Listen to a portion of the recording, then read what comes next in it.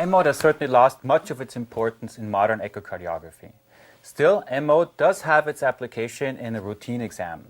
Let's take a look where we still need M-mode and where its importance is.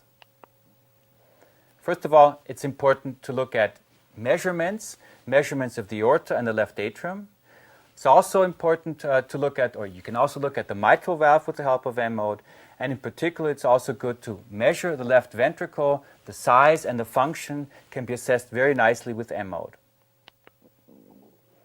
This is an example of an M-mode through the aorta, where we have the cut plane through the aortic root and the aortic valve and the left atrium.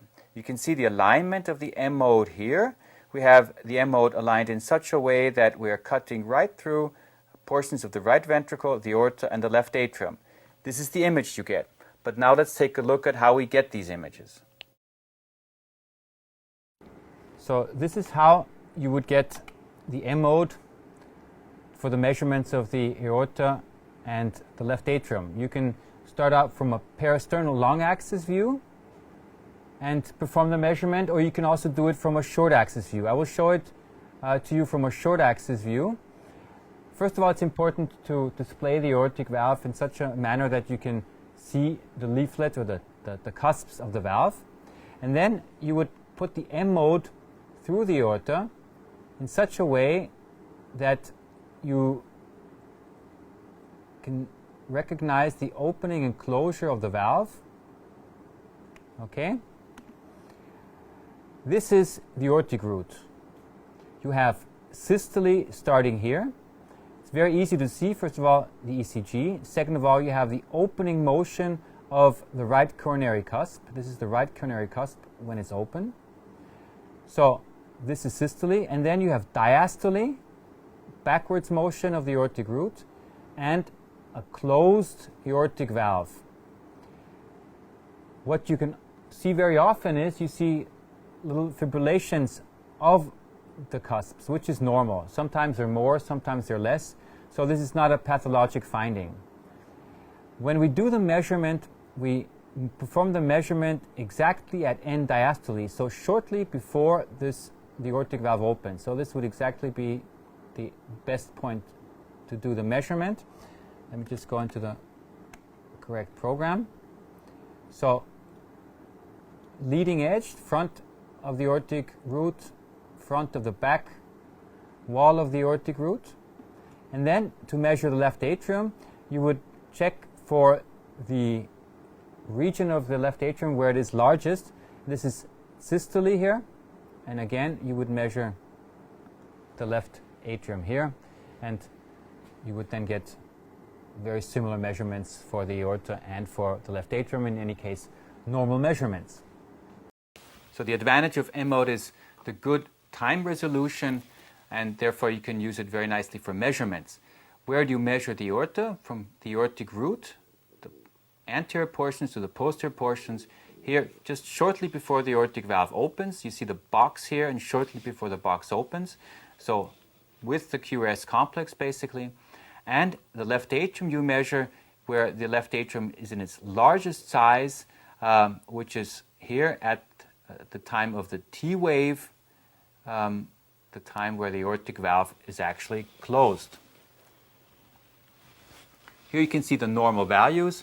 The aorta should be approximately below 40, and the left atrium between 30 and 40 millimeters, but this varies with respect to the body surface area and also the gender. This is an example of an M-mode now through the left ventricle.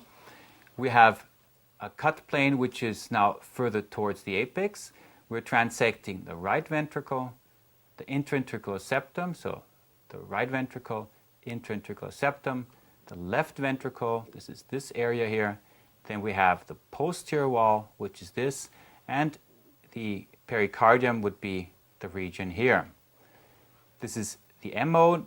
You have, again, the right ventricular part of the right ventricle, the intraventricular septum, the left ventricle, and the posterolateral wall.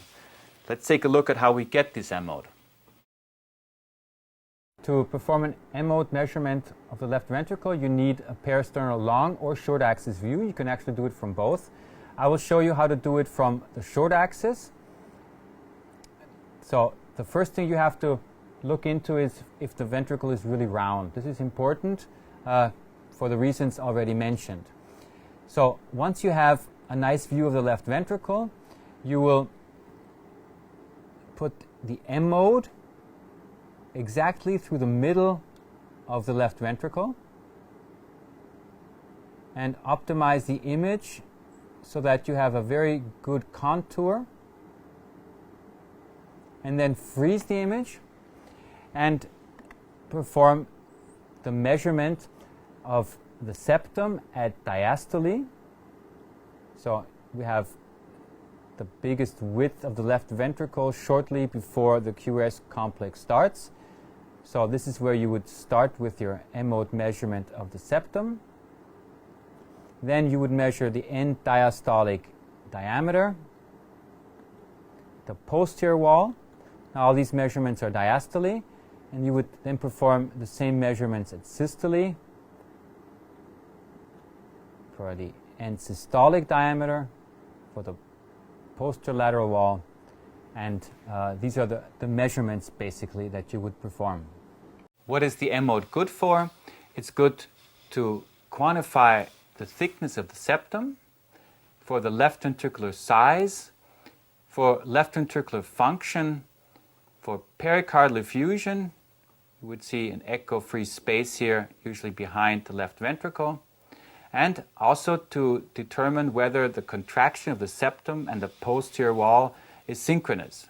So in situations where you have desynchronous contraction, for example in left bundle branch block, you would see abnormalities also in M mode.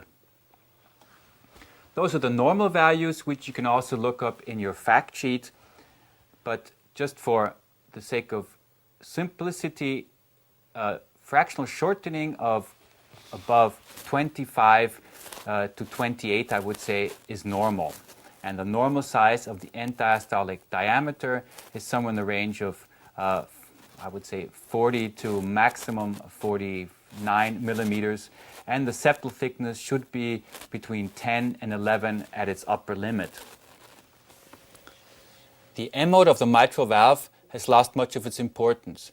Previously, this technique was used to even quantify the degree of mitral stenosis, but nowadays, in the age of 2D echo, this is not very important. But just to show you how an M mode of the mitral valve looks, you would now cut right through the mitral valve at the tip of the leaflets, and the image you get is a motion of the anterior leaflet, which has an M form. You see, this is the early diastolic opening and the atrial contraction or late diastolic opening, and the posterior leaflet will move exactly in opposite, with a motion downwards towards the left ventricle in the early diastole and also at the late diastole.